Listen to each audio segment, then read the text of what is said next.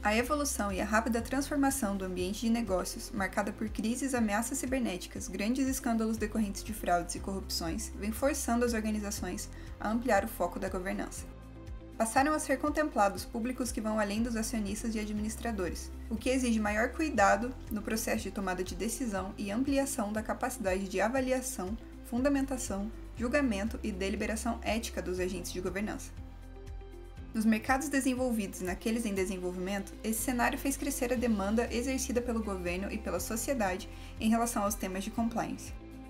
Acordos internacionais reforçam a cooperação entre autoridades de diferentes países no combate à corrupção, fraudes e outros atos ilícitos nos setores público e privado.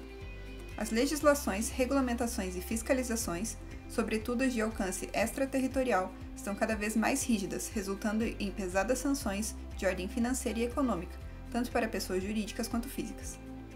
Neste contexto, surge o interesse crescente no tema de compliance. Cidadãos, executivos, dirigentes e gestores estão mais atentos às relações entre as organizações e entre estas e o poder público, porque os desvios de conduta ética não podem servir como justificativa para atos ilícitos sob o falso argumento de que seriam necessários para a sobrevivência das organizações. Abordando o assunto compliance, o IBGC, Instituto Brasileiro de Governança Corporativa, publicou um documento com o intuito de apresentar conceitos e práticas que permeiam o sistema de compliance das organizações, os papéis e as responsabilidades dos diversos agentes de governança, além de temas estratégicos e os principais desafios, promovendo uma referência para reflexão e ação. O documento traz a distinção entre estar em compliance e ser compliant. Estar em compliance é cumprir a legislação e as políticas internas por mera obrigação ou para reduzir eventuais penalidades, caso a organização sofra uma punição. Ser compliant é o cumprimento consciente e deliberado da legislação e de políticas internas, guiado pelos princípios e valores que compõem a identidade da organização, visando sua longevidade. Assim, o Instituto se propõe a responder quais são os pontos que devem ser levados em consideração em um sistema de compliance para que este funcione. O capítulo 1, intitulado A Incorporação de Aspectos Éticos à Tomada de Decisões, destaca a importância do exercício de uma deliberação ética à luz da identidade da organização e apresenta alguns dos instrumentos formais para conferir consistência e coerência à tomada de decisão.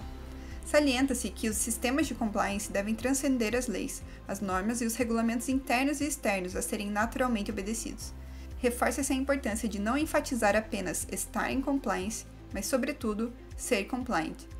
Esse capítulo define que os instrumentos formais a seguir devem balizar o sistema de compliance.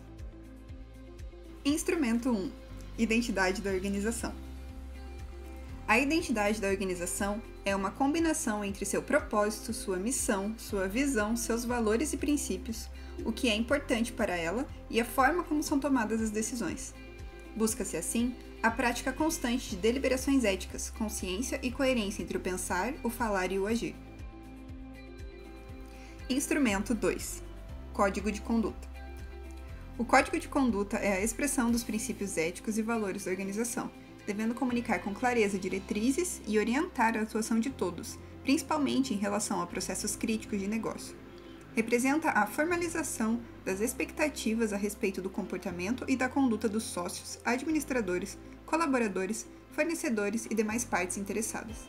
Seu conteúdo deve se focar em aspectos essenciais, no sentido de fomentar a transparência, disciplinar as relações internas e externas da organização, administrar conflitos de interesses, proteger o patrimônio físico e intelectual e consolidar as boas práticas de governança corporativa. Instrumento 3. Planejamento estratégico e gerenciamento de riscos.